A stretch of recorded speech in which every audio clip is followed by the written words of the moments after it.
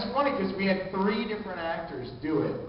We did this to them, and it was like 3 totally separate reactions. Like she just went for it, was all smiling, happy, and it was terrible, but I think she thought she was doing a really good job. Another guy got really kind of upset because he tried it, and he's like, I just, and we're like, no, keep going. He's like, what? And you know, he got upset. And another dude just sort of looked at us and was like, yeah, okay. And he did it Shatner-esque and sort of relative. As they went by, you know. And it was really funny because he totally, you know, sniffed us out. He's like, yes, you're playing a joke on me. But I think that's actually on one of the DVDs as like a feature. So yeah. We played a similar joke when we were working on Mermaid Melody, Bitch. We were recording the opening theme song. And actually all of my actresses in the show that whose characters sing, they all actually sing the music. And so for the first song that we were doing, we're also doing this television pitch and all that. So we had the 3 actresses who were 3 leads, who were Lucy Christian, Brittany Karbowski, and Carly Mosier, all in there. And we were working out the harmonies so that everything was dead on. So that when I recorded each individual, they each knew their harmony, they each knew. So Lucy comes in to lay down the melody track, and she's the lead. And then Brittany and Carly are the harmonies. And we got a beautiful take with Lucy, and the other girls were waiting in the green room. And I said, okay, Lucy, let's do this one more time. And I want you to do it in the most over-the-top, horrible opera singer voice you can. And she's like, why? I said, trust me. She said, you're not going to keep that. So, Lucy, and so Brittany comes in. And we said, okay, we made a couple of changes as we're working. Some stuff didn't work out, so we just changed this with Lucy. So go ahead and just try to follow along with the style that she's doing it in. And God bless Brittany. She heard the first few notes. We played her like just the first little bit. She's like, okay. And she's flying. And she's like, I mean, Carly comes in, and we're like, do the same thing. And Carly's like, okay, cool. And we played it, and she's like, you're messing with me. Play me what you really do. Yeah, Brittany. Directors are bad people. I think you should walk away. Yeah, we get to play God with the actors, and it's just too much fun. So who else got a question? Somebody? Yeah. What do you got? What process do you enjoy better, like making the ADR script or directing? I mean, like you get directing because you're messing with the actors at times. What do you enjoy more? If you'd ask me that, as a director, I'm just a rewriter. Well, I'll tell you this. I think, I mean, I enjoy directing more, but the script adaptation is like more important in a way, you know, because it's like, you know, you're building a house. This show is a house. Your foundation is the script. And if that's no good, everything just, you know, falls in on itself. So the script is like the most important thing in the process. So, working on a script, I mean, it's more like work. You know, whereas directing, you know, you have fun and and you're with the actors, and there's a social aspect to it too.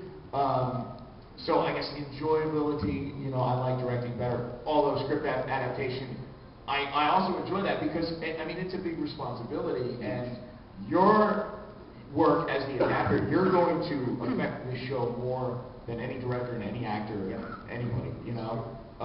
So it's a big responsibility. So I do enjoy it.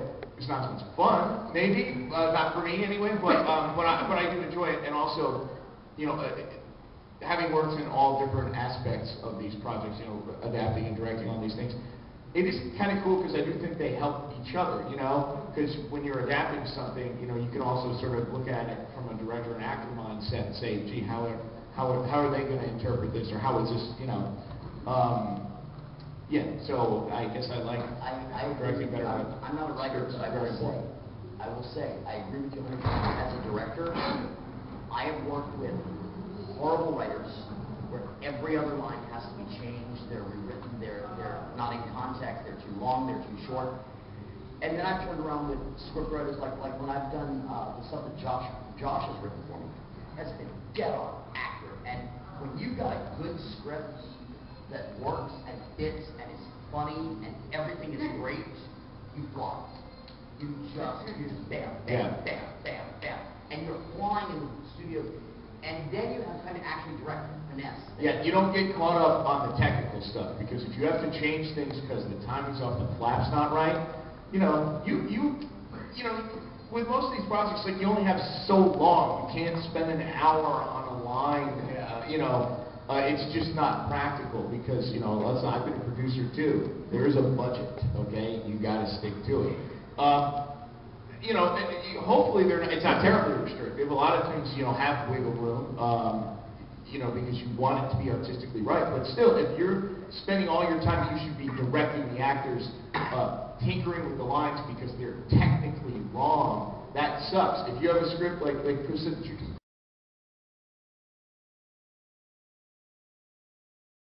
is really on your shoulders, and you don't have instant feedback the way you do if you're directing. You get feedback. Well, sometimes you have delayed feedback. That makes sense. Because oftentimes we write, we have the scripts. Usually half of the show is done before the gets the movie to record. So you don't know who's going to be playing a role. You can have someone trying while you're writing, but you have no control over that as a writer or a producer. But it's interesting. In the long run, I think, because the directing is fun, and I like, as much as in isolation as you do have to apply your craft as a writer, and it is very, very, it's solitary, absolutely. I'm Michael Cloudwalk. I was writing, and I love doing it because as hard as it is, and there are times I'm like, oh my God, I want to pull my hair out of this line. But it happens all the time. But in the long run, there are days when you know that your script, because you heard it from someone, or you just you're actually in the show and you had a chance to see how your stuff works in the booth, that a good script allows everyone else's job to be as fun as it can be. Actors can act, directors can direct, engineers can engineer, and not have to worry about anything else. And so that's to me, between the two, that's the most rewarding as a writer, to have everyone else do this fun. Thank you for enabling us to just focus on our job. I'm going to say, to your credit, I'm working on a new show right now that I talk about Michael. And Michael, one of the things he does, he writes, he doesn't do this test, he just first actor says, he kind of writes with that person in mind. Well, I ended up getting the role that he had written with me in mind. Okay, I called him like 3 hours into the session and go, oh my God, thank you, these scripts are amazing.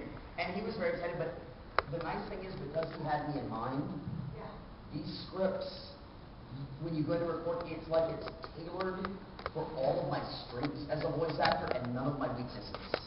So it's like walking into something that is just a beautiful fit, and you have full articulation, and it really allows you to just have a lot of fun as an actor, and that's a credit to a good scriptwriter, that you've got something that just seems to fit. I've done that actually just recently, because I was working on these projects.